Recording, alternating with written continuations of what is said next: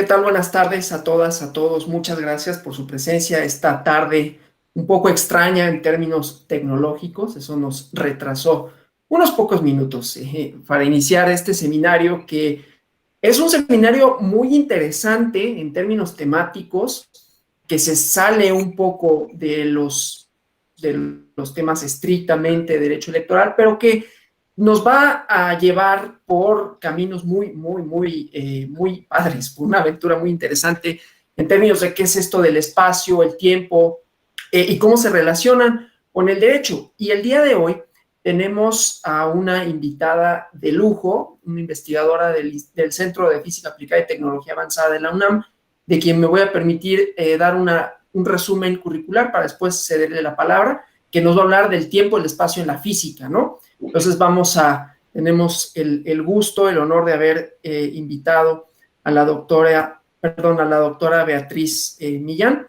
que como decía, voy a leer su síntesis curricular. Ella realizó sus estudios de licenciatura en física en la Facultad de Ciencias en la UNAM, en la cual se graduó en 1991 con el tema de síntesis en cristalografía por difracción de rayos X por el método de Deblige-Scherer. Obtuvo la maestría en la UNAM en 1993 y al año siguiente se incorporó como técnica académica en el Laboratorio de Altas Presiones del Instituto de Física, donde continuó sus estudios de doctorado y se graduó en 2001 con especialidad en física teórica en fluidos asociativos con bases en mecánica estadística.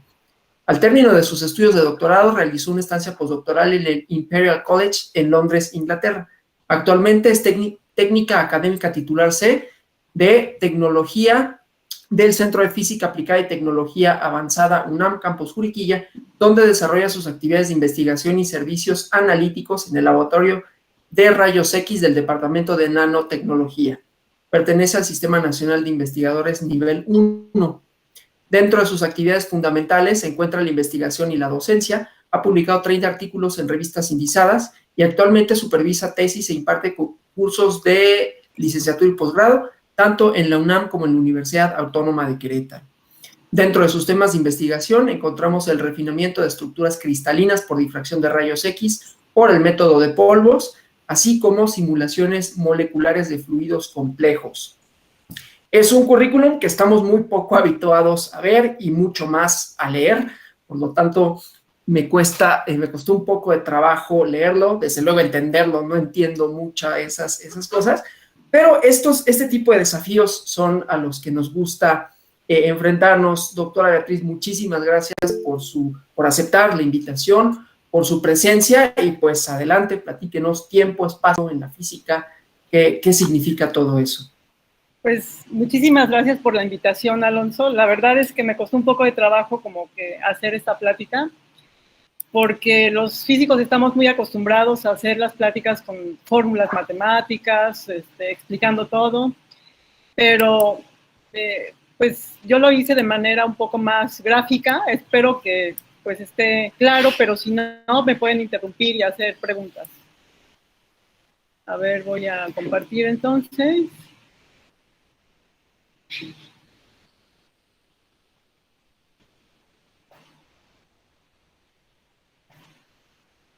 Ay, ¿sí se vio o no? Déjame ver. Se ve como todos los archivos. Algo hice mal, perdón. Otra vez voy a ver.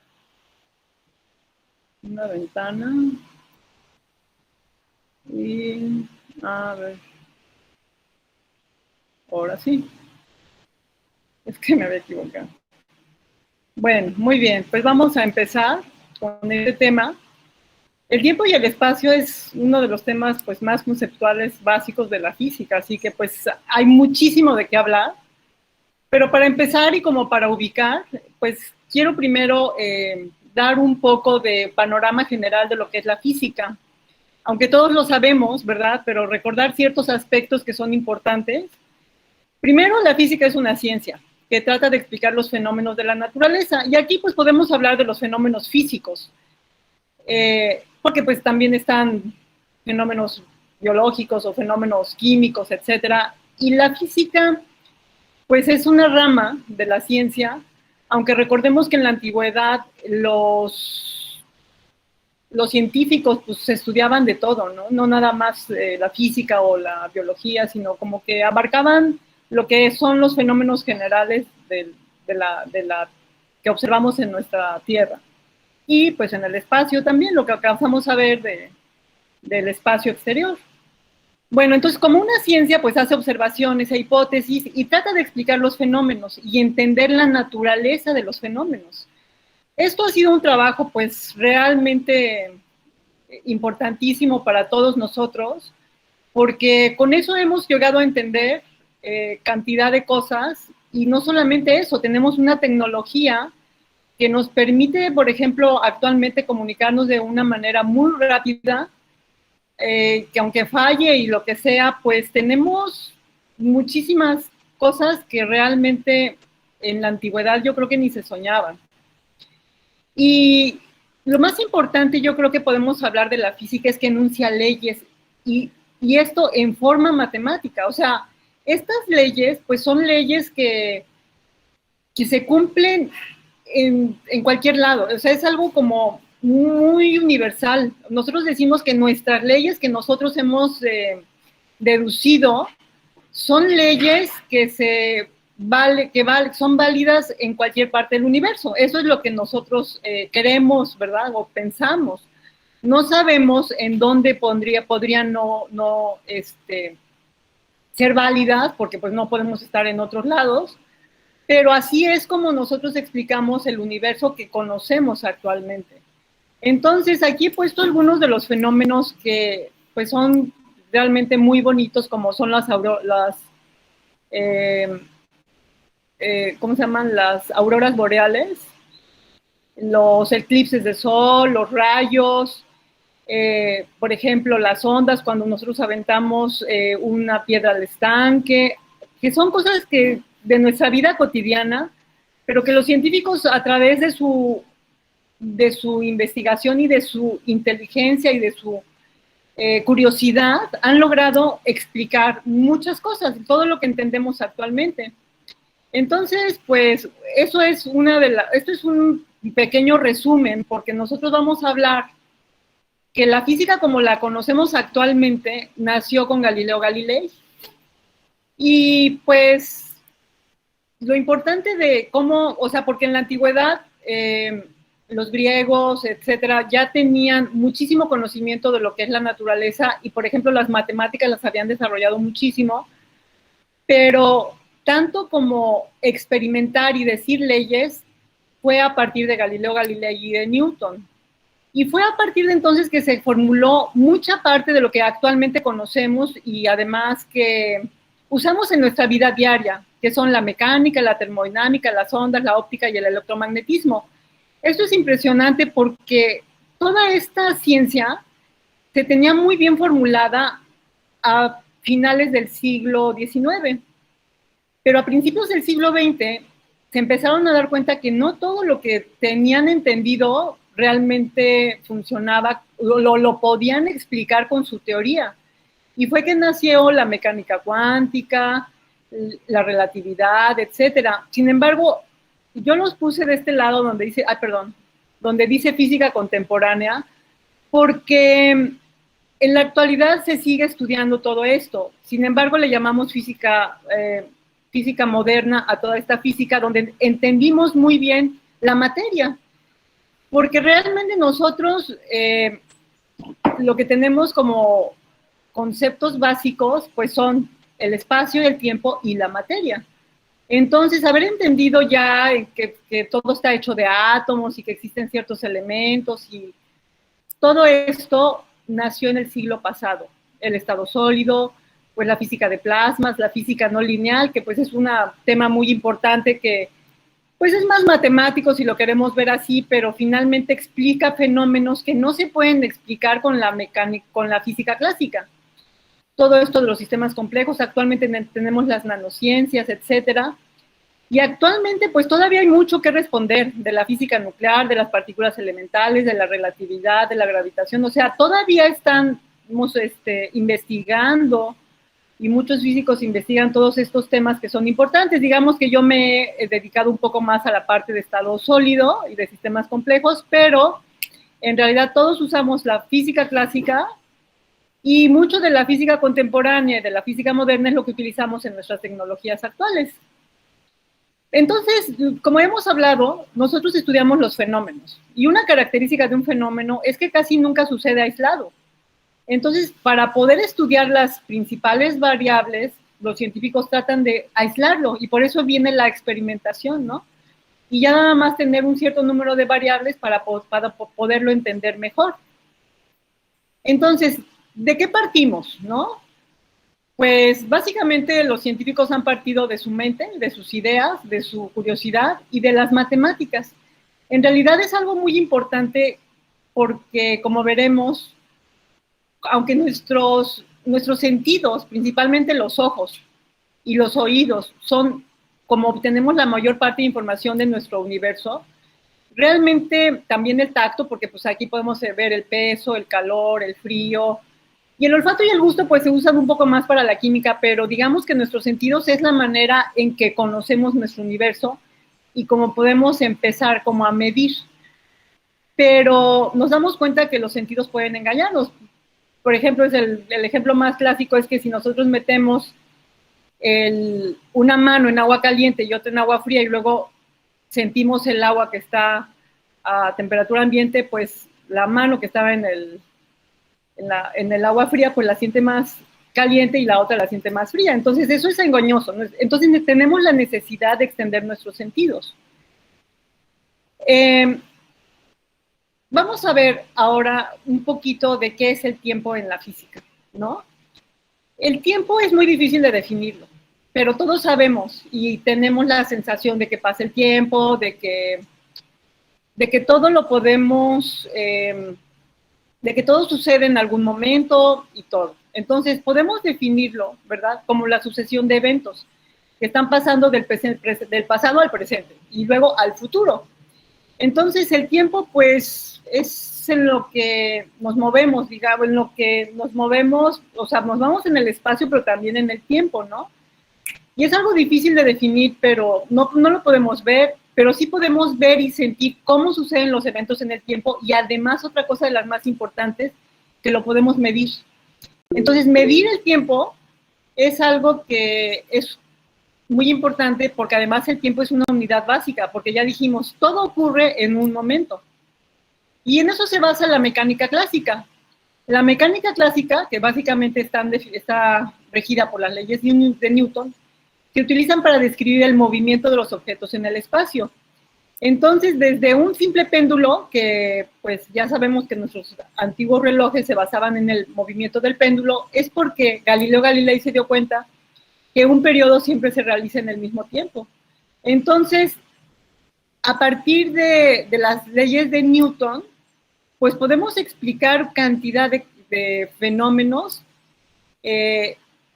y lo que nosotros decimos cuando decimos en física, queremos describir el movimiento de un objeto, es decir, que vamos a saber si el objeto, por ejemplo, supongamos la Tierra está aquí hoy, pues ya sabemos dónde va a estar en el futuro si conocemos sus ecuaciones de movimiento. Entonces nosotros hablamos en física de unas ecuaciones matemáticas, y esas ecuaciones pues te dicen en dónde estará el objeto y en qué momento. Entonces, ya sea un péndulo, ya sea la Tierra, ya sean las estrellas, etcétera, si nosotros tenemos estas leyes y podemos, ¿verdad? Que no es fácil, yo no digo que cualquier físico ya sabe dónde va a estar la estrella en el futuro, etcétera, pero digamos que de alguna manera tenemos ecuaciones, ¿verdad? Matemáticas, pues nada más ponemos el tiempo y nos van a decir en dónde va a estar, ¿no? Si sabemos una posición inicial, sabemos dónde va a estar en el futuro. Y eso es algo, pues, realmente que fue un avance impresionante. Sí, dime. ¿Me hablaron? Creo que no. Yo tenía una duda, justamente era esa, si está moviendo las diapositivas, porque solo estábamos viendo una, o bueno, ¿no se por lo están menos viendo? yo. Ahorita ya ver, se mira. cambió a mecánica clásica, pero antes sí no. Entonces, ¿vieron esta? ¿Esta se ve de física o no? La de mecánica clásica sí se ve, nada más que las anteriores, esa no. A ver, ¿esta se vio? No, Ah, ok. Esta, no, bueno, ya lo dije realmente. Y sí, sí, esta sí se vio. tampoco, no. Tampoco. Se O vio sea, hasta la siguiente. no se había visto una más que esta. No, se había visto la primera y la que pusiste de las 7. Ah, qué raro. ¿Por qué será que no se alcanzaron a ver? Y como que Mejor no se suceden. pues mejor voy a compartir así, aunque se vea esta parte, Sí, está bien. para que no Sí, se, porque como que no hay transición de las... y si no hay, entonces mejor quito esto y así se ve más, un poquito Pues mejor, si las ¿no? puedes seleccionar y ya continuar con la que estábamos, sería Sí, excelente. Gracias. ya estamos por acá, ya estamos aquí, ajá. Sí, Donde explico que las leyes de Newton se utilizan para describir el movimiento de los objetos en el espacio, es decir, decimos dónde está el principio y ya con las ecuaciones podemos saber en dónde está el futuro, y eso pues digamos que es de las cosas más importantes de los avances de las leyes de Newton, ¿verdad? Que en forma matemática ya están establecidas y entonces podemos saber en dónde van a estar los objetos. Entonces, esto nos importa mucho porque estamos hablando tanto del espacio como del tiempo. O sea, realmente la mecánica trata de explicarnos, o sea, la mecánica es una rama de la física en donde nosotros entendemos el movimiento y el movimiento es lo que nos da realmente la posición y el tiempo, ¿no? Y entonces, ¿cómo se mide el tiempo? Esa es una de las, yo creo, de las preguntas básicas, ¿no? Todos tenemos percepción del tiempo y una medida en nosotros mismos son los latidos del corazón. Eso es algo que pues se ha utilizado durante mucho tiempo, pero pues son periodos cortos y muchas veces necesitamos medir periodos largos, entonces para eso tenemos periodos cíclicos como el día y la noche, las estaciones, los movimientos estelares. Y todo esta forma de ir midiendo el tiempo, pues ha ido evolucionando, ¿no? En la antigüedad se usaba la clepsidra, que seguramente ustedes conocen, que se usaba en el Senado romano, en los tiempos de Cicerón, para limitar el tiempo del orador en el Senado, que era pues digamos, un filtro donde se ponía agua y por el agujerito iba cayendo agua y tenían una cantidad de agua limitada, o sea, siempre usaban la misma para que cuando acabara esto ya se acababa el tiempo del orador y podía venir el siguiente, ¿no? O sea, como nuestro cronómetro, ¿no? Actualmente, bueno, después vinieron los péndulos, los relojes mecánicos con engranajes, etcétera, y la verdad pudo medir con mucha precisión el tiempo. En el caso de intervalos de tiempo corto se usan las cámaras. Cuando se inventó la cámara, pues ya podíamos captar cosas en tiempos muy cortos, con mecanismos de velocidades muy, muy cortos y podíamos ver pues con mucha precisión lo que sucede en eventos que son de muy corto tiempo. Entonces, medir el tiempo siempre ha sido una de las digamos, tecnologías más importantes para poder decir qué sucede y cuándo sucede. Actualmente, pues tenemos el GPS que nos da una precisión muy, muy, muy grande para poder decir en dónde estamos, ¿no?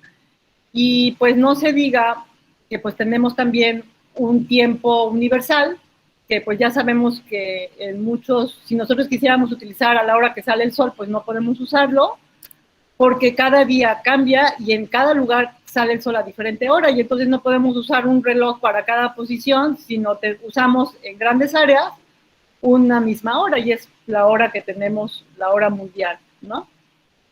Pues no, nada más quisiera como comentar un poquito lo que es el reloj atómico, que pues en la actualidad es el más preciso de todos.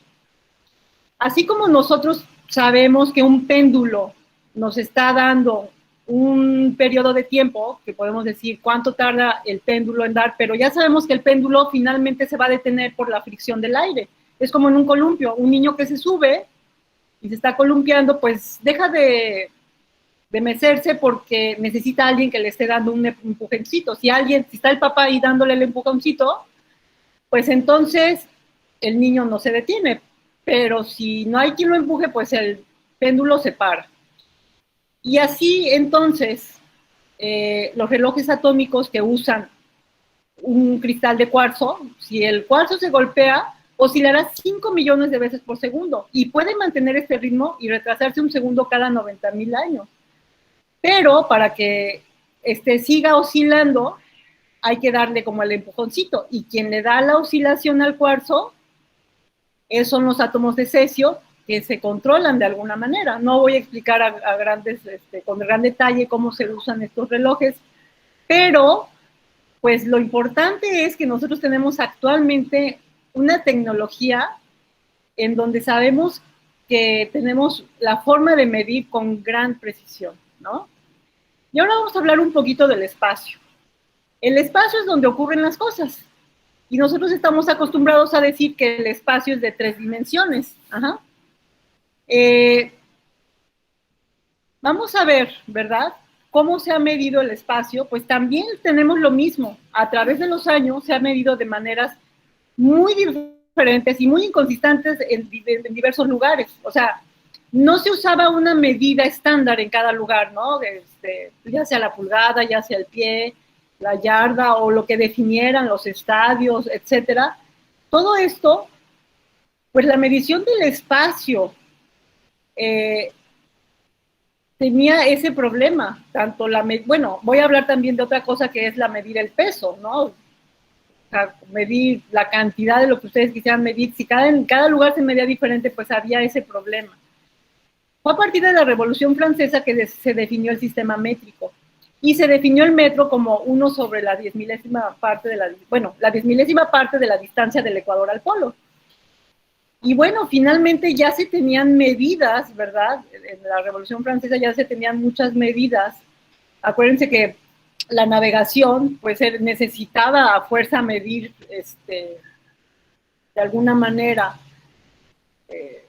las distancias para saber cuánto habían recorrido, y todo lo hacían por triangulación de estrellas, ¿verdad? Entonces, los navegantes definieron la longitud de su posición utilizando un reloj en la hora de Londres. Entonces dijeron, ¿verdad?, que pues digamos que en ese tiempo los navegantes ingleses eran los meros buenos. Entonces decían, tenemos un reloj en donde está la hora de Londres y nosotros medimos cuánto hemos avanzado, y así medían la latitud, la longitud, perdón, a partir de Londres. Por eso actualmente la hora se toma a partir del observatorio de Greenwich, que está en Inglaterra. Entonces, pues eso es muy importante de cómo medimos ahora el espacio. Pues ya tenemos, como quien dice, internacionalmente el segundo para medir el tiempo y el metro para medir el espacio, aunque en algunos lugares se sigue usando el sistema inglés, etcétera, etcétera, en Estados Unidos. Pues se está definido como el metro patrón, como sistema internacional, el metro, ¿no? El metro patrón, ahora ya se sabe, se tiene un metro, porque sabemos que los metales se dilatan cuando hay una cierta temperatura, se dilatan o se contraen con la temperatura. Entonces, para poder hablar del metro patrón, pues lo guardan en una cierta temperatura, en un lugar muy preciso, para que tengamos siempre la medida del metro patrón. Entonces, ya sabemos entonces cómo se mide el tiempo y cómo se mide el espacio. Digo, de alguna manera, la tecnología ha avanzado muchísimo y actualmente, como medimos el espacio, pues es a través de los GPS, pero finalmente lo tenemos. O sea, finalmente sabemos que se debe de medir y de alguna manera se puede medir. Sin embargo, pues no podría dejar de hablar de lo que es nuestra concepción actual en la física del espacio-tiempo y pues de la relatividad, porque finalmente pues es la relatividad la que se usa actualmente para medir posiciones de estrellas y muchas otras cosas. O sea, finalmente, lo voy a tratar de hacer lo más sencillo que pueda, pero ustedes me dicen y me pueden hacer preguntas cuando ustedes quieran, y lo podemos parar. Algo en física que se usa muchísimo son los marcos de referencia inerciales. Y la palabra inercial suena horrible, pero es una forma de hablar, ¿verdad?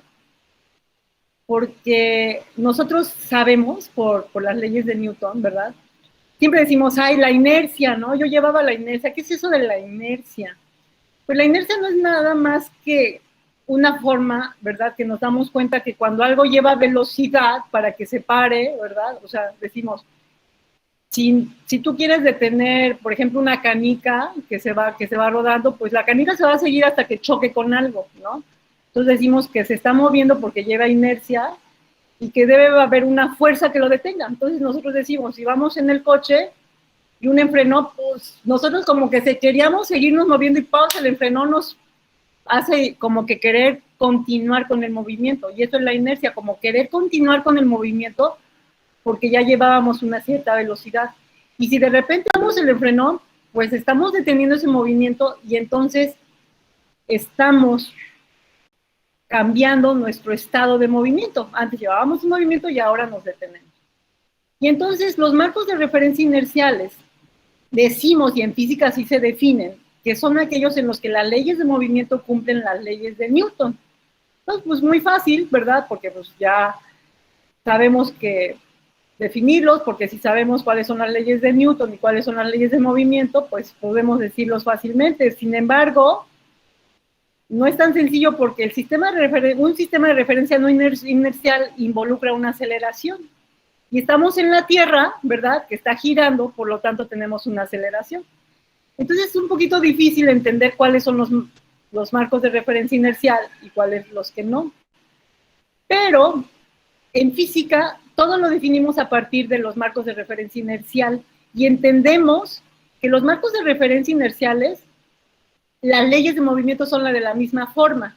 Y pues como nada más vamos a hablar ahorita de un movimiento sencillo, pues vamos a decir que si tenemos un marco de referencia, que siempre decimos tenemos un origen, y algo se mueve respecto a ese origen, pues no pasa nada, ¿verdad? Si las leyes de movimiento de un cuerpo los cambiamos del origen, ahora ya no es este, ahora es este, si las ecuaciones de movimiento no cambian sustancialmente, siguen siendo de la misma forma, nada más decimos que en lugar de estar en una posición, por ejemplo, positiva, ahora estamos en una posición negativa, pero todo lo demás sigue siendo igual, no pasa nada, pues decimos que estamos en un marco de referencia inercial. Y eso, pues, nos lleva un poco a veces a confundir porque decimos, bueno, nosotros estamos sobre la Tierra, entonces, ¿cuándo vamos a poder decir si estamos en un marco inercial o no? Estamos sobre la Tierra, sí, pero ni nosotros nos damos cuenta que estamos girando, nosotros no sentimos la rotación de la Tierra, no la sentimos. En realidad, estamos como si que fuera el Sol el que se mueve, nosotros no sentimos realmente el movimiento. Entonces, eso nos ayuda mucho y podemos aproximar marcos de referencia inerciales. Pero en física, ¿verdad? Por ejemplo, si nosotros queremos describir el Sol en el marco de referencia de la Tierra, pues nos va a costar mucho trabajo, va a ser muy complicado. Por eso antes, cuando no se sabía que la Tierra no es el centro del universo, todo se quería definir como a partir de nuestro marco de referencia de nosotros, de la Tierra. Y el Sol se mueve, y los planetas se mueven, y las estrellas se mueven, pero nosotros nos quedamos fijos. Y esa gran revolución que creó Galileo Galilei de que no, nosotros nos movemos alrededor del Sol y el Sol se mueve alrededor de una galaxia, bueno, ya viene a cambiar completamente nuestra percepción de nuestro espacio y de nuestro tiempo. Entonces, pues para ciertos fines prácticos podemos pensar que nosotros estamos en un sistema inercial en la Tierra y para ciertos sistemas que queremos describir, no. Entonces es más fácil describir los movimientos de los planetas alrededor del Sol que alrededor de la Tierra. Y entonces por eso buscamos marcos de referencia inerciales, porque nosotros también para nuestros fines prácticos el Sol no se mueve y todo lo podemos definir de acuerdo al Sol y decimos cómo se mueven los planetas alrededor del Sol. Y eso es una gran, gran simplificación. Entonces en física buscamos la simplificación. En los marcos de referencia inerciales, las leyes de movimiento son de la misma forma. Entonces, no importa cuál sistema de referencia inercial tú utilices, pues son de la misma forma. Pero en los marcos de referencia no inerciales, las ecuaciones varían de acuerdo al marco de referencia. Entonces, por eso, y además tenemos que buscar fuerzas ficticias. Por eso nosotros, cuando queremos describir el movimiento de un cuerpo que esté, por ejemplo, de un hilito, que agarramos una piedra del hilito y lo empezamos a mover, decimos el hablar, la fuerza centrípeta y la fuerza centrífuga y todo esto, porque lo estamos describiendo a partir de nuestra mano. Y entonces estamos diciendo que hay aparte otras fuerzas de aceleración, ¿verdad? De centrípeta y centrífuga, pues estamos acelerando esas fuerzas ficticias. Bueno, no es que no existan, es que estamos hablando de un sistema que no es inercial y entonces hay aceleración. Entonces, siempre que hay aceleración, podemos decir que no es el sistema inercial. Entonces, la piedrita está siendo acelerada, está cambiando constantemente su velocidad y eso pues no es un sistema inercial. Entonces la piedra siente estas otras fuerzas, que no nada más es la fuerza de la gravedad en la Tierra, y entonces tenemos que buscar un sistema de referencia inercial. Y entonces en física pues se trata mucho de eso, de buscar los sistemas que sean los más apropiados para que las ecuaciones no sean tan complejas, porque si de por sí ya es difícil escribir ecuaciones, pues ya, las más, si un sistema no es inercial, pues ya me estoy complicando un poquito más la vida, pero bueno, finalmente todo eso se ha resuelto. Todo en física tenemos ya muy bien estudiadas las leyes de movimiento y demás, y eso se tenía estudiado ya desde el siglo pasado, ¿verdad? Entonces, bueno, para poder explicar un poquito más de esto de la relatividad del espacio y del tiempo, me voy a permitir tomar unos dibujitos, ¿verdad? Que son muy sencillos. Por ejemplo, queremos ver la velocidad de esta persona. Esta persona va caminando y podemos nosotros tomar diferentes fotografías en diferentes tiempos, cada una de ellas tomado, por ejemplo, un segundo después, ¿verdad? Y entonces, si conocemos, por ejemplo, la distancia de la cerca de un poste a otro poste, podemos ver cuánto tiempo tarda en caminar, en pasar de un poste a otro poste, y ya podemos ver qué tiempo, qué velocidad lleva. Y eso es algo muy sencillo. Si, por ejemplo, nosotros ahora ponemos una línea en cada posición y luego colocamos esto de manera, o sea, como si fuéramos a pasar la película, ¿verdad? Nosotros podemos ver esto como una película y podemos ver el movimiento de la persona, pero lo ponemos de esta manera simplemente para poder hacer nuestro diagrama. Decimos, los postes están fijos y quien se está moviendo es la persona. Y entonces tenemos aquí lo que nosotros llamamos un diagrama, donde para acá pues decimos en dónde está, y para arriba decimos en qué tiempo está. Entonces decimos en dónde está, y en este momento, ¿verdad? Estaba aquí. En otro momento estaba aquí, en otro momento estaba aquí. Y entonces aquí tenemos la descripción muy cualitativa, pero que muy fácilmente se puede pasar a decir, se tardó 4 segundos en pasar de un poste a otro poste. Y entonces ya podemos medir la velocidad, ¿sí? Y aquí nosotros decimos que esta es su línea del universo, así se dice en física. Esta es su línea del universo y podemos pensar en cada tiempo diferente está en una posición diferente y entonces ya hablamos de su diagrama espacio-tiempo. No sé si lo vean, pero ese es el diagrama espacio-tiempo. Y entonces decimos en dónde está, en qué momento. Ahora bien, ¿qué pasa, verdad?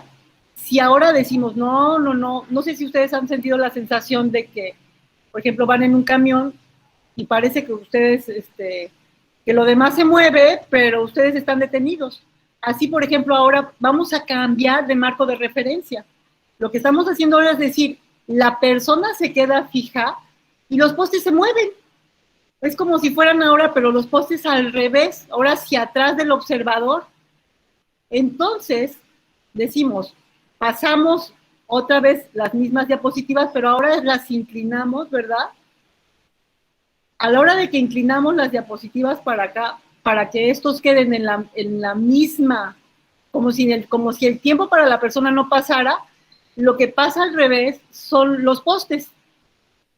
Y entonces este sería, ¿verdad?, el diagrama desde otro punto de vista. Entonces lo que estamos hablando ahora es que estamos cambiando de marcos de referencia, ajá, pero la velocidad ahora pasa para atrás de los postes. Ajá.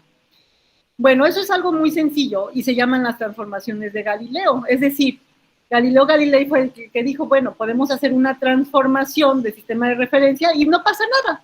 No, simplemente ahora las ecuaciones pueden seguir siendo lo mismo, ¿no? Pero ahora vistos desde otro sistema de referencia y en lugar de que yo camine para allá, los postes se mueven hacia atrás. Sin embargo, vino a revolucionar todo nuestro científico Einstein, ¿verdad? ¿Y qué es lo que dijo? Que la luz es lo más rápido que se mueve en el universo. Y a pesar de todo, de que se mueve muy rápido, podemos medir su velocidad y siempre vamos a obtener la misma velocidad, ¿no? Que la velocidad es esta que estamos viendo aquí. 299.792.458 metros por segundo. Y entonces decimos que la velocidad de la luz es una constante en el universo. Y esto pues vino a revolucionar el concepto de espacio y el tiempo. Entonces tenemos que ver qué es lo que sucede con la luz. Y esto, pues queremos medir la luz, ¿no? Entonces ya dijimos que la podemos medir. Hay maneras muy especiales, pero vamos a suponer que la pudiéramos ver. Y que la persona empieza, con un láser, ¿verdad? Empieza a mandar el rayo de luz hacia otro observador. Entonces tenemos un observador 1 y un observador 2. Y la luz empieza a viajar de tal manera que podríamos hacer también su diagrama espacio-fase, su diagrama espacio-tiempo. Entonces, de esto pues pasamos a su línea de universo de la luz. Pero resulta, ¿verdad?, que según los marcos de referencia inerciales, ¿verdad?, cualquier marco de referencia va a medir la luz a un ángulo correcto. Entonces, la luz ya dijimos que debe de medir un ángulo porque mide una cierta velocidad constante en el espacio-tiempo. Entonces, bueno, si podemos medir la luz, tiene su línea del universo en el espacio-tiempo. Pero, ¿qué pasaría si una persona se está moviendo y entonces quiere medir la luz, pero se está moviendo? Entonces, esta persona viene en el coche y se está moviendo hacia acá. ¿Cómo sería su diagrama? Pues su diagrama sería así. Simplemente él se está moviendo, ¿verdad? Entonces, este es la diagrama, esta es su línea del universo del observador 2, esta es la línea del universo del observador 1, y esta es la línea del universo de la luz. Entonces, simplemente no pasa nada. O sea, la luz sigue teniendo su mismo ángulo que debe de tener en este diagrama espacio-tiempo, ¿no? Pero ya hemos dicho, ¿verdad?, que si este observador se quedara fijo, entonces veríamos, o sea, tenemos que hacer la transformación. La transformación es ahora, en realidad lo que nosotros hacemos es que en este diagrama anterior volteamos, o sea, como que el dibujo lo hacemos que esta línea quede vertical, entonces esto se mueve y esto se mueve y queda así. Eso es lo que nosotros ya llamamos una transformación. Y bueno, pues así lo sabíamos hacer y así lo hacemos. Pero hay un problema.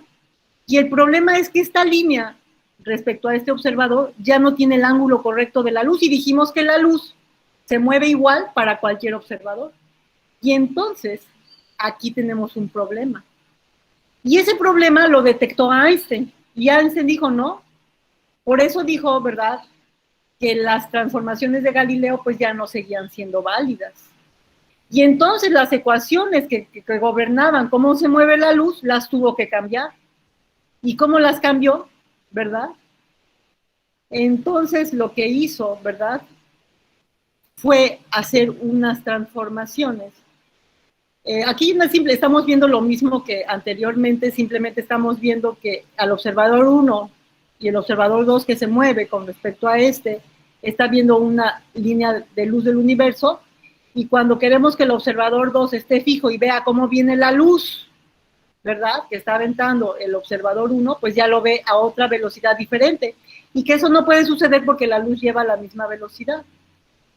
Entonces Einstein dijo, resulta que lo que dijo Einstein es que el espacio y el tiempo son relativos al movimiento del observador. Y consideró que la velocidad de la luz es constante y que es lo único constante en el universo. Ajá. Entonces, con esta nueva forma de ver las cosas de Einstein, entonces decimos lo siguiente: si la velocidad de la luz es inmutable, entonces el espacio y el tiempo no son inmutables, sino que pueden deformarse. Y esto, pues es lo famoso que viene como a estar en contra de lo que nosotros percibimos en la naturaleza, porque todo esto se percibe solamente si nos movemos a la velocidad de la luz. Y como nosotros no nos movemos a la velocidad de la luz, pues se nos complica observarlo, ¿verdad? Entonces tenemos aquí que uno de los conceptos más relevantes en la relatividad de Einstein es que el espacio y el tiempo es un continuo. ¿Se acuerdan de los diagramitas que yo les ponía antes? Veíamos así como que acá está el espacio y acá está el tiempo. Son dos cosas diferentes, ¿no? Suceden, sí, tenemos que tener nuestro diagrama de espacio y tiempo, pero ahora este concepto nuevo de que el tiempo y el espacio son la misma cosa nos lleva a pensar ya en que hablamos de un espacio de 4 dimensiones, no en un espacio de 3 dimensiones y el tiempo, no. El tiempo y el espacio son lo mismo, son la misma cosa, solo que ahora no la podemos dibujar. Entonces lo único que podemos dibujar es como si nos moviéramos en una dirección y en el tiempo, pero que tenemos las 3 direcciones de movimiento y el tiempo, ¿verdad?, como algo que es lo mismo, o sea, no lo podemos separar. Y entonces por eso en el dibujo se muestra ya sin las rayitas del tiempo, ¿no?, sino como todo lo mismo. Entonces aquí tenemos nuestro diagrama y para poder cambiar este problema que tenemos, que el observador 2 ya no ve la velocidad de la luz a la que se debe de ver, entonces lo que se hace es esto. Este espacio y tiempo, que si fuera algo como deformable, ¿verdad?, lo estiramos en esta dirección de la velocidad de la luz y luego lo contraemos en la velocidad del observador 1, ¿verdad?, de tal manera que encontramos ya la velocidad correcta a la que debe de estar la luz para el observador 2. Entonces el observador 2 ya tiene la velocidad de la luz en la velocidad que debe de ser. Y entonces esto es lo que nosotros conocemos ya como una transformación diferente, una transformación que ya no se llama la transformación de Galileo, se llama la transformación de Lorentz. Pero bueno, finalmente tenemos Einstein, lo que hizo, ¿verdad?, fue encontrar una transformación que nos permita decir a cualquier observador la velocidad de la luz, o sea, este ángulo, ¿verdad?, es el correcto. Pero entonces, ¿qué sucede? Lo que estamos deformando, ya dijimos que si la velocidad de la luz es la que debe de ser, entonces lo que cambia es el espacio y el tiempo, ¿no? Entonces voy a tratar de resumir esto de la teoría de la relatividad como lo siguiente. Esta teoría parte de la base de que el espacio y el tiempo están relacionados, que vivimos en un espacio de 4 dimensiones. En la teoría de la relatividad especial, los observadores se mueven a velocidad constante, ¿no? Existe la relatividad especial, es un caso especial de la relatividad general que formuló Einstein. Entonces, primero habló de la relatividad especial, y es como hablamos siempre que los marcos de referencia inerciales. Entonces, no hay problema, seguimos hablando que una persona se mueve a velocidad constante, pero como ya vimos que la velocidad de la luz debe ser la misma para cualquier observador que se mueve a velocidad constante, lo que hay es que cuando un observador mide el tiempo que transcurre entre 2 eventos y los compara con el tiempo medido por otro observador que se encuentra en movimiento relativo respecto a él, el observador en movimiento mide sistemáticamente tiempos mayores que el observador que está esperando, que no está moviéndose. Y entonces es por eso que se habla de la dilatación del tiempo. Es como si el tiempo se hubiera alargado, ¿no? Y en la contracción de la longitud, y también hay una contracción de la longitud. El observador en reposo se da cuenta de que las longitudes medidas por el observador en movimiento son sistemáticamente más cortas que las medidas por él mismo, como si las longitudes se hubieran contraído.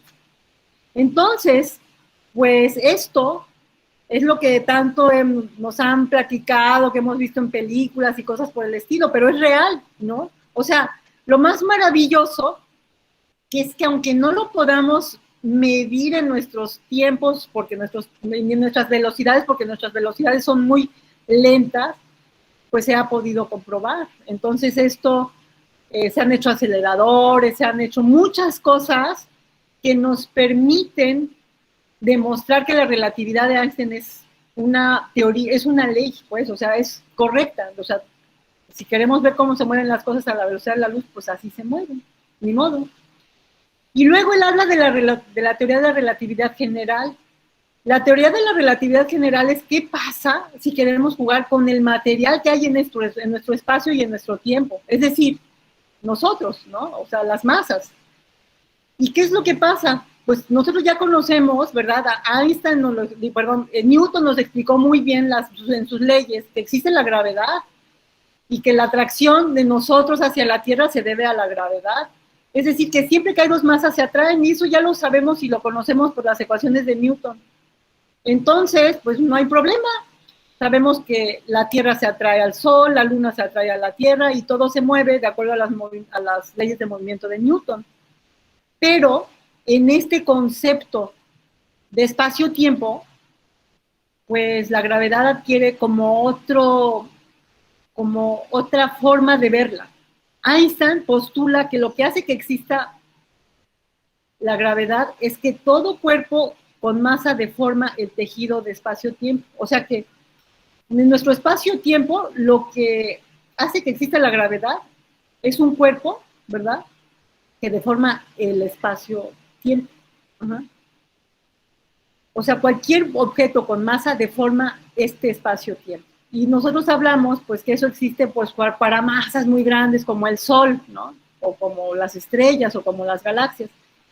Entonces, este concepto que nosotros teníamos tan intuitivo ha ido cambiando a través del tiempo. Ahora hablamos, ¿verdad?, de un espacio-tiempo. Por ejemplo, cuando hay gravedad, la velocidad, ¿verdad?, ya cambia de acuerdo a cuál es si aquí hay una velocidad y acá vas a otra. O sea, cuando hablamos de una aceleración, estamos hablando que aquí hay una velocidad, acá hay otra, acá hay otra, acá hay otra. Y entonces la línea del universo del observador se va deformando. Y también la línea del observador 1 también se va deformando, porque en cada momento y en cada posición la velocidad es diferente. Ya no estamos hablando de sistemas de referencia inerciales ni nada, es una cosa muy compleja. Y entonces hablamos que el propio espacio-tiempo tiene una curvatura. Y entonces esta curvatura es lo que ya nos hace entender que nuestro espacio-tiempo, pues, es una cosa muy compleja, y que hablamos que es curvo, ¿no?, el espacio-tiempo, y que una masa lo va a deformar, ¿no? Y bueno, no me voy a meter en más cosas de la teoría de la relatividad general porque es muy compleja.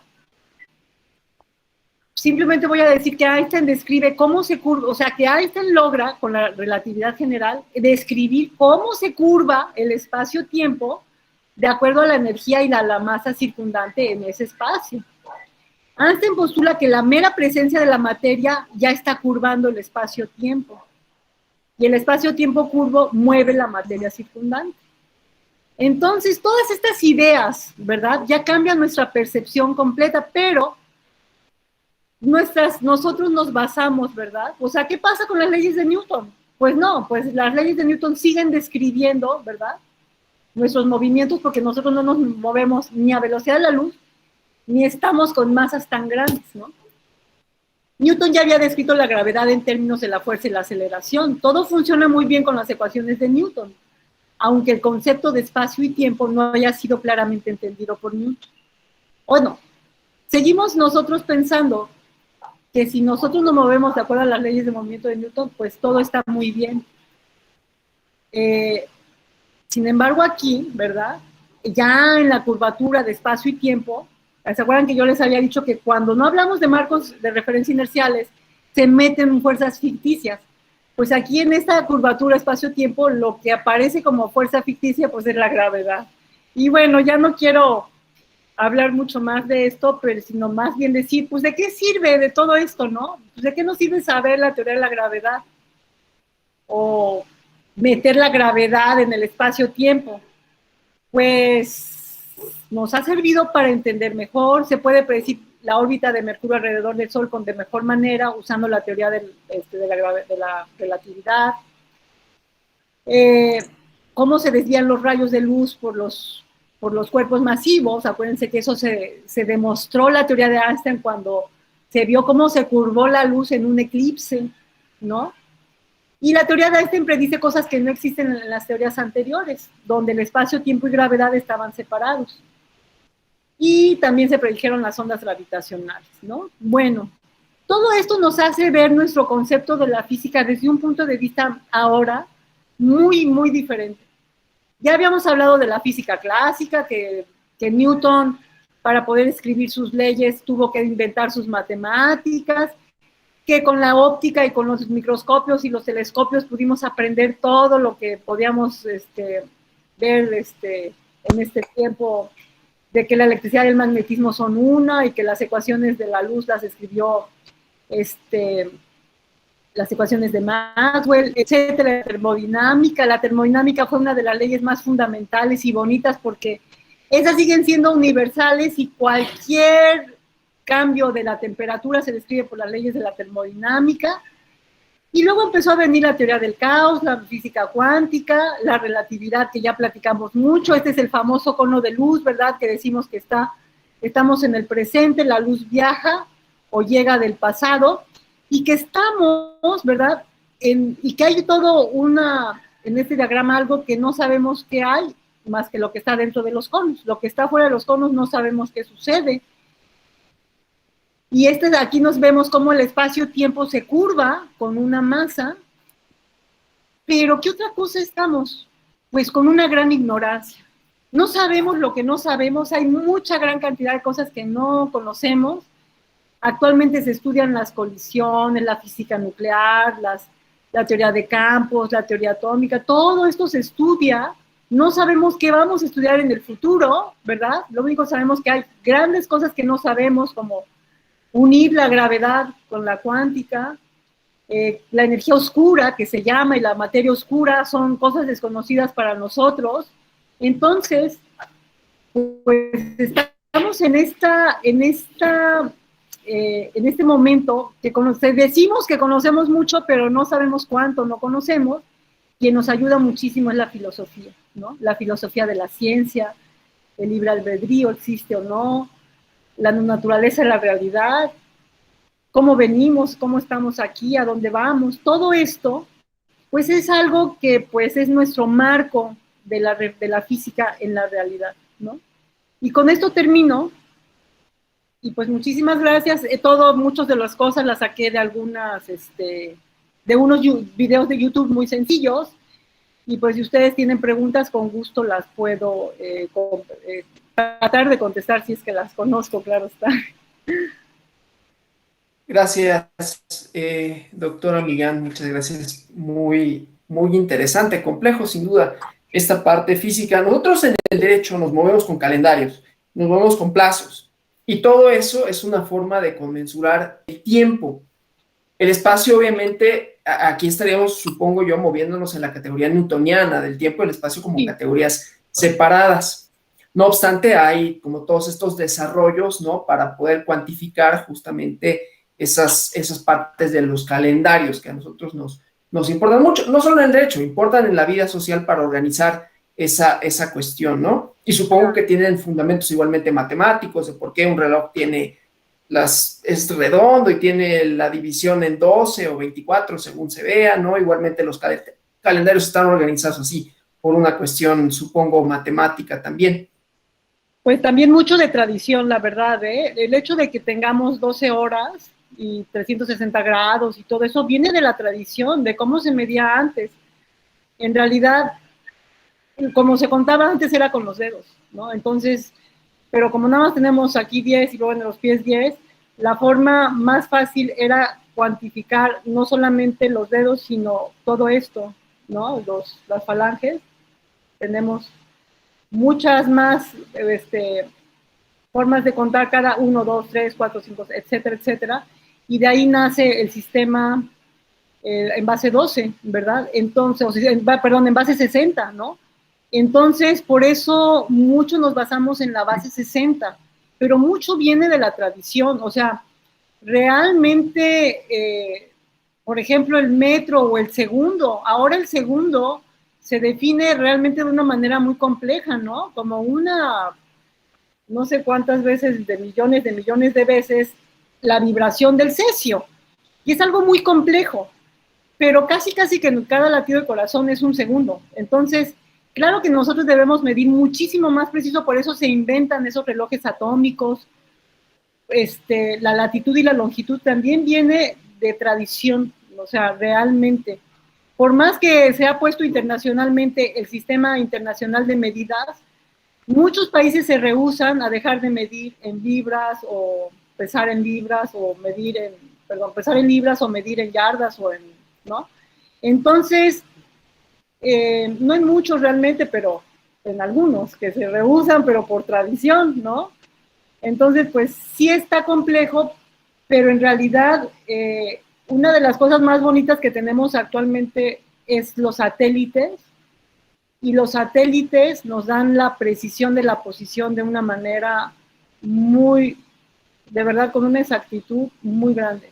Entonces, esto es algo que, pues ya no me quise detener a hablar de esto, de cómo se mide, porque es más tecnología que física, ¿no? O sea, en realidad como que me aboqué más a la parte de los conceptos físicos que de la tecnología. Ajá, pero veo que Juan Ignacio tiene una pregunta.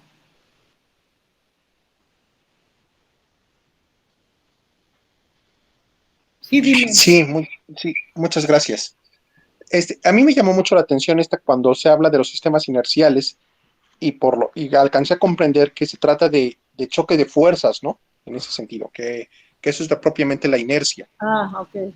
Así lo entendí, no sé si lo capté bien. No es choque de fuerzas, más bien. Bueno, más bien el encuentro de dos fuerzas, o sea, que van en sentido contrario, una y otra. Sí. Ese encuentro, que a eso se define la inercia. Ajá.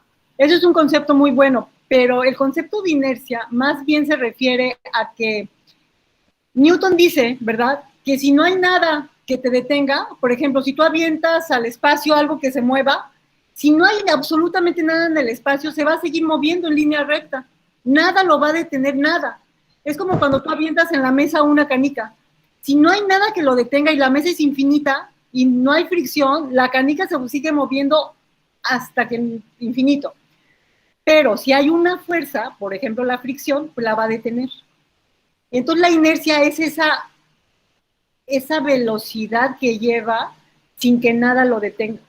Pero cuando algo te detiene, y es por eso puse el ejemplo del coche, cuando algo te detiene y te detiene como de sopetón, tu inercia te quiere llevar a donde ibas en movimiento. O sea, tu movimiento ya era como la inercia que tú llevabas, y de repente el coche es lo que se detiene, pero como tú vas arriba del coche, pues tú te sigues moviendo un poquito más todavía, hasta que, o sea, si traes el cinturón de seguridad, pues te detienes, el cinturón, pero si no, te chocas contra el parabrisas.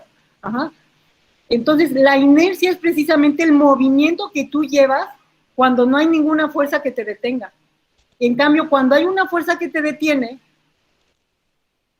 pues, tu movimiento cambia, pero tu inercia era continuar, o sea, la inercia se refiere a que tú podrías continuar con ese movimiento, ajá, porque tienes alguna velocidad, ajá, pero si es una velocidad constante, pero si hay una aceleración o una desaceleración, o sea, si tú vas desacelerando despacito, pues no hay problema, no, simplemente te detienes, pero si desaceleras de sopetón es como cuando es precisamente lo que hace que tú en el coche siguieras, ¿verdad?, de frente, pero el coche se detuvo, pero tú te sigues hasta que el cinturón te detiene.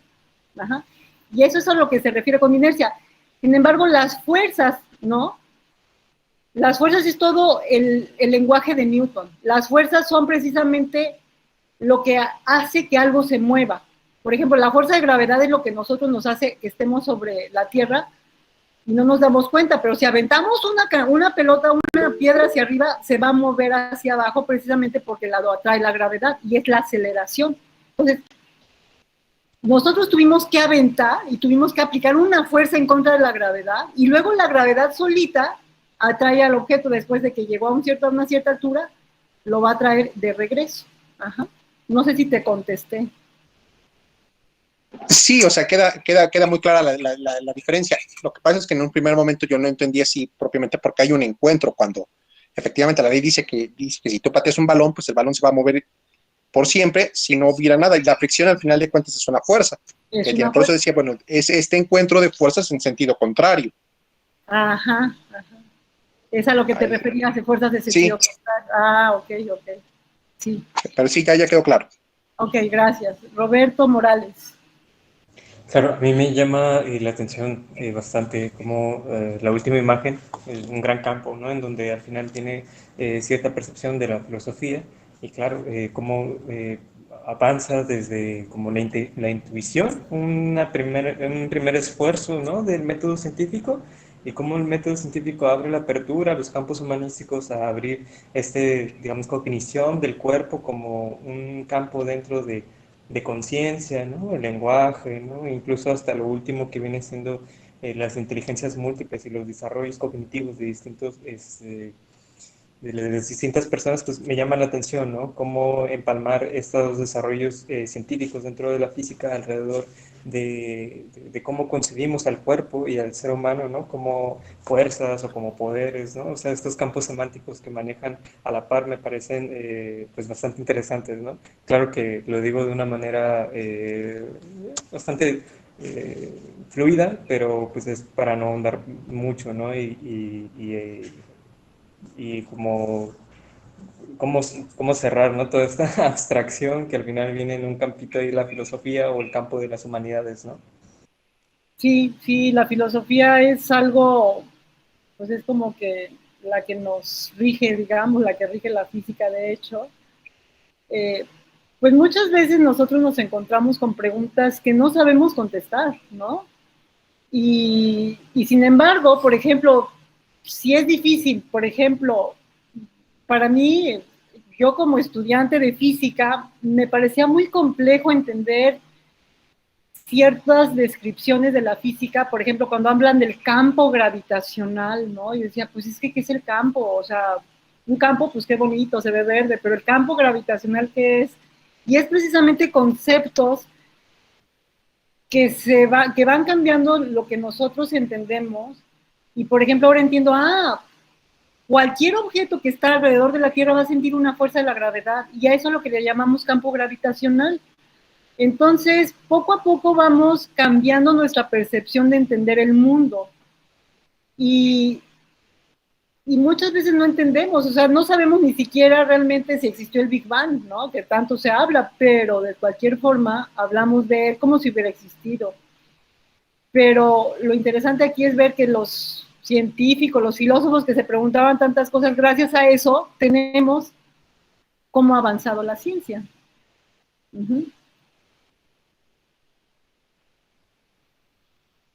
No alcancé a leer a alguien que puso... Sí, te leo el comentario. Dice, fascinante la curiosidad humana que nos ha llevado a buscar cómo comprender mediante la ciencia y seguir buscando respuestas. Es maravilloso. Sí, qué bonito. No sé si hay alguna otra pregunta, algún otro comentario. Les recuerdo a los participantes. Juan Ignacio, adelante. Y bueno, esta plática estuvo muy interesante. Yo creo que hay muchos temas que aparecieran básicos, que yo creo que hay unas cosas que yo no recordaba ya porque los ves desde la preparatoria y luego cuando te metes a las ciencias sociales los dejas totalmente de lado, O sea, de verdad en ese sentido, pero sí nos ayudan mucho a comprender de dónde, retomar estos conceptos, de dónde surgen conceptos tan básicos como efectivamente los plazos, los términos, las jurisdicciones en los espacios geográficos propiamente. Entonces, nos sirve para poder dimensionar en su justa medida estos conceptos que manejamos siempre. pero hay cosas tan interesantes que, por ejemplo, el otro día estaba leyendo una nota que decía que la polaridad de la Tierra se estaba invirtiendo y que era un fenómeno natural que ocurría cada cierto tiempo, ¿no? Entonces eso dices que cuáles son esas consecuencias que vamos a vivir en un futuro. Digo, no creo que lo veamos nosotros, pero la humanidad en algún momento lo tendrá que experimentar, ¿no? Eso es lo que quería comentar. Sí, muy interesante, porque sí, en realidad, y hoy que hubo estas fallas de telecomunicaciones, pues algo que uno no se imagina ni siquiera es que existen los laboratorios de clima espacial, que se estudia la radiación que llega a la Tierra, el campo magnético que sí cambia su polaridad, etcétera, etcétera, porque eso afectaría nuestras telecomunicaciones, ¿no? Claro, no ha sucedido nunca, creo que sí sucedió en la antigüedad, pero hace muchísimos años, pero en nuestra actualidad no, parece ser que la actividad del Sol y todo esto no está causando problemas, pero lo que sí es interesante es precisamente que son cosas que no podemos, o sea, yo ni siquiera sabía que existía el laboratorio de clima espacial, que son laboratorios que estudian todo lo que llega a la Tierra para ver si de alguna manera pudiera afectarnos a nosotros. Entonces, la ciencia está ya demasiado especializada y demasiado completo todo lo que se estudia, es impresionante. Sí, lo que comentaba Juan Ignacio es interesante porque justamente uno de los objetivos de este seminario es analizar cómo organizamos nuestro espacio y nuestro tiempo socialmente, jurídico, cómo hay definiciones y que lo jurídico atraviesa estas cosas que damos por sentado y que normalmente no necesariamente nos preguntamos en cuanto a cuáles son los fundamentos de ser, del espacio y del tiempo, desde distintas perspectivas, ¿no? Y les recuerdo a las y los participantes, el día de mañana, hablando de la teoría de la relatividad, tenemos una conferencia que parte de la base de esto, que tiene que ver con los cronotopos, que no es otra cosa que la síntesis de Einstein del espacio y el tiempo. Entonces, por eso es que arrancamos el día de hoy con la parte física matemática para que podamos comprender desde diferentes perspectivas cómo estas dos categorías están conjuntamente transformando nuestras relaciones sociales inclusive, ¿no? Si no hay ninguna otra pregunta, comentario, yo te agradezco mucho, Beatriz, por tu presentación, por tu tiempo, porque es una explicación que para nosotros que no tenemos como los fundamentos matemáticos y físicos, creo que la hiciste bastante amena, interesante, comprensible. Desde luego siempre hay cosas que se escapan cuando se habla de la luz y los puntos de referencia, ¿no? Pero más allá de que es interesantísimo, insisto, nos sirve no solo como un interés intelectual general, sino para empezar a pensar que organizamos nuestra vida tanto profesional como nuestra vida social, de conformidad con esto, que como digo, es el punto de partida, ¿no? Medir el tiempo, medir el espacio tiene un porqué, y además va relacionándose con nuestro día a día, desde cómo organizamos nuestras comidas, a los tiempos de trabajo y al mismo tiempo como estos han colapsado también un poco por la pandemia, partes de tecnología, ¿no? Que nos acercan, etcétera, etcétera. Pero bueno, muchísimas gracias por la explicación, muy, muy claro y muy, muy interesante. Bueno, pues gracias a ustedes por la atención, me despido de ustedes y que estén muy bien. Muchas gracias. Gracias a ti. Si le podemos dar un aplauso, por favor, si abre su micrófono y le dan un aplauso.